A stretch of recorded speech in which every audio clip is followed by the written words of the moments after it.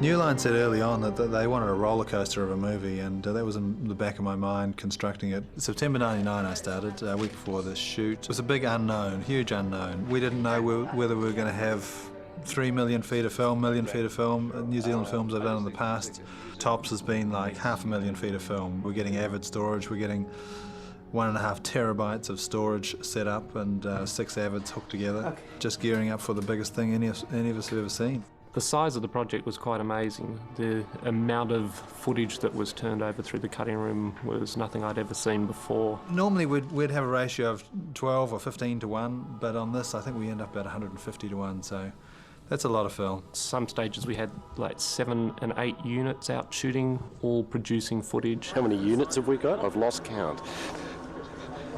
There's one over here, there's one down there, there's one here, 2 cameras. There's another one somewhere. Many, many units make much as work for the editors. 5 million feet was shot, of which we printed 70%, so we'd probably have about 3.5, 4 million feet probably. We actually took editing equipment out onto location and followed Peter around. They moved to Methven, Editorial. Peter was going to have a little bit of time for us. We decided we would put everything in a chopper and fly the length of the South Island up over the mountains. We had a chopper ride one morning, fantastic, up the Southern Alps. We came in over the set they'd built for Editorial, and Peter was flying in a chopper alongside, and he did an approach to Editorial. I think he was planning a shot as he sort of choppered in up the valley towards Editorial, a sort of tracking shot into Editorial. And so we landed there and we were editing in a couple of hours' time. We set it all up and dumped the computers there. We're there for 4 or 5 days, then the cut's done, we're out to Wellington and still waiting for Peter. On a normal movie, your dailies are usually about 25 minutes long. Sitting through dailies was, sitting through dailies was great some days and excruciating on others. It's very important to watch the dailies because you do have to know what's being photographed, you have to know whether it's in focus, you have to look at the performance of the actors and start to feel the film coming together and the characters. It's all very important information for you to know as you're going through. But we had a real difficulty on our film, but because of all the units that we're shooting. And it was obviously vital that I watched what they were shooting too, because I had to know what the other directors were actually doing. Our dailies ended up being usually 3.5 to 4 hours long.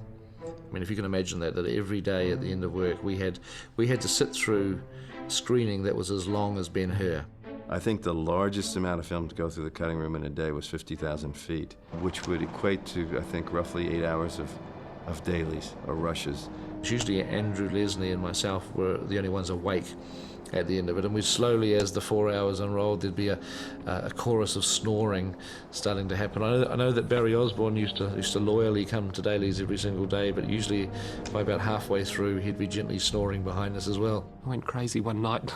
I was sitting there watching it, the horse chase sequence, which has ended up quite a brief scene in movie 1. It's, I think, about a couple of minutes, if that, and there was hours and hours and hours of these horses charging around in circles. And we're sitting there one Friday night. This was about a month into production. Someone had asked, "Oh, how much more of this is there?" And someone up the back said, "Oh, I think there's one more reel," but meaning 10 minutes. Actually, there was another 2 hours of it to go. At the end of that screening session, I was feeling a bit homesick. I went home, rang up the travel agent, booked a ticket back to Sydney, and I just had to go home.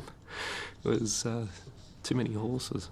There were some scenes that he really just wanted to be with me when I cut them. For example, Boromir, when he gets shot, he gets the arrows in him.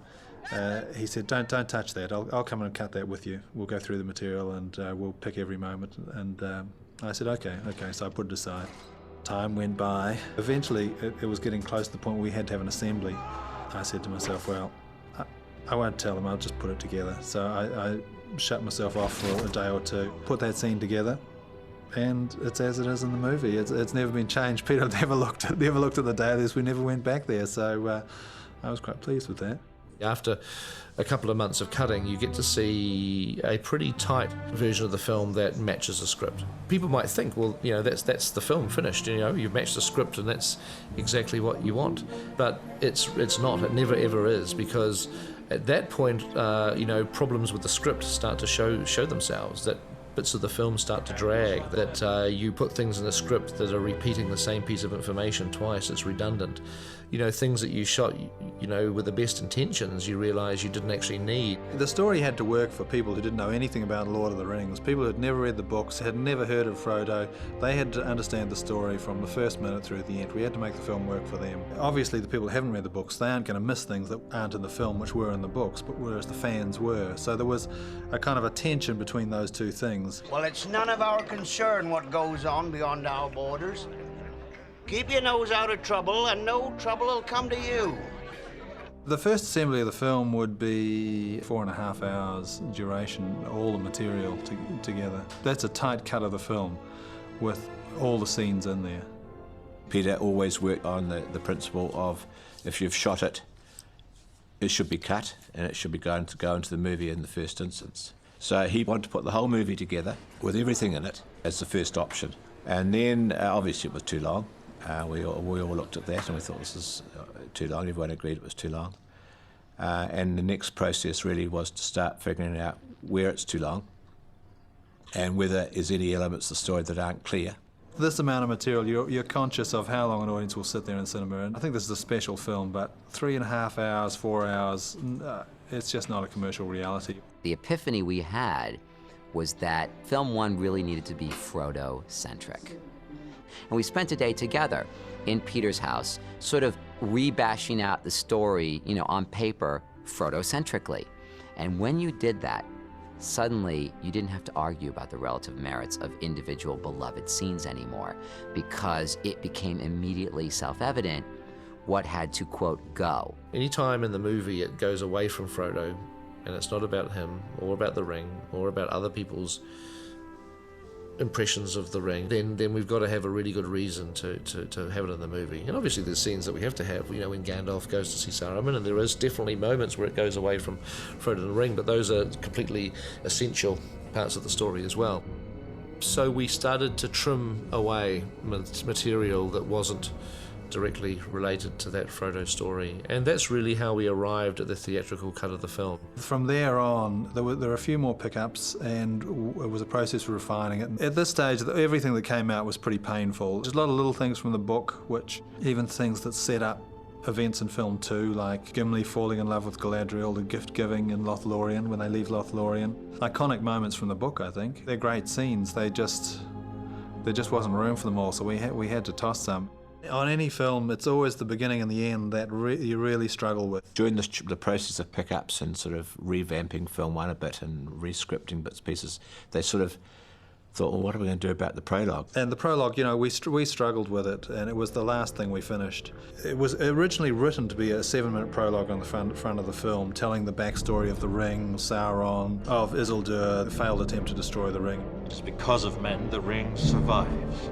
During the cut, we went away from that idea and we tried to incorporate that material where it was relevant in the story, but we never made it work. It always slowed up the film there, so this was kind of unfinished business and we still hadn't dealt with it. At the very last minute, after we showed the picture for the last time to the studio, as Peter was leaving for London to score the picture, we were faced with reinstituting the prologue, and it also meant recutting the prologue and adding in some new visual effects. This is in June, very little time to do all this incredible amount of work. However, somehow, as always, the motto was, okay, we all know this is impossible, so let's just get on with it. And that's what we did. And John Gilbert packed up his Avid hard drives, and we set up an Avid in England where Peter was living. So Peter would go scoring during the day and come back and work with John at night to cut the prologue sequence together right up to the very, very end. And Howard would have to be peeking over their shoulder, kind of figuring out the score for this sequence as it was evolving. Usually on a film, we hit a lock date, there's no more money to continue, there isn't always the will to continue, but in this case, there was always the will to make it better. There's a lot of risk associated with shooting 3 films at once. There was a lot of pressure to try to make the Fellowship obviously successful. The cut that you see in the movies is Peter's cut. I mean, Peter didn't, while New Line had a lot of opinions about the cut, there was never any actual interference in the cut. Peter was able to make cut as he wanted it. A lot of the scenes that were deleted earlier on, maybe a year ago, are going back into the DVD. So how long have we been in the theatre and we're still not locked? Well, you've had a lot on Monday. Monday? Well, maybe. But when we pull them up, quite often we look at them and say, hey, you know, this hasn't been subjected to some of the rigour that the rest of the movie went through. So we're going back and we're polishing them, tightening them up, maybe selecting different takes, getting the actors in to do ADR for new takes, rescoring them. It's a big process. There am I, being an assembly editor on film 3, but in fact my machine's being used by the editor on film 1 to do the DVD. And so what am I going to do? Sit on my butt and do nothing?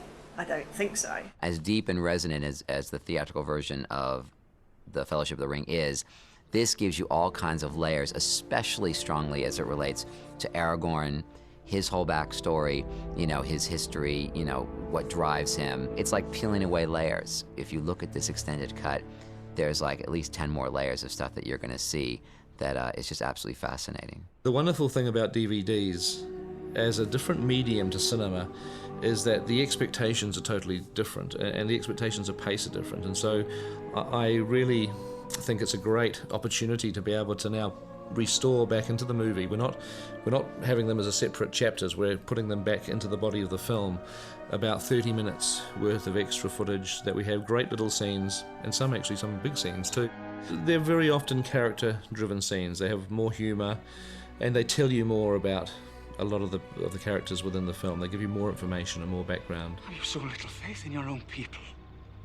Yes, there is weakness, there is frailty, but there is courage also, and honour to be found in men. But you will not see that. There are great scenes that came out, and you know it's going to be fantastic for the fans that when they're rolling down the DVD and they hit a new scene, they're going to get excited, I think.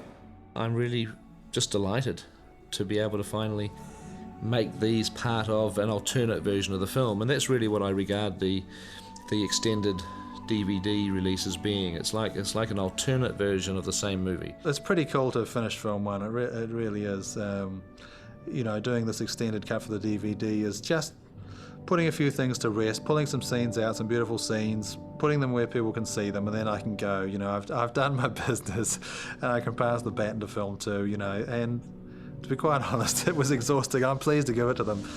But, you know, I suspect it's like giving birth. You know, women do it, and then immediately afterwards they say, I'm never doing this again. But a year or two further on down, you know, it happens again.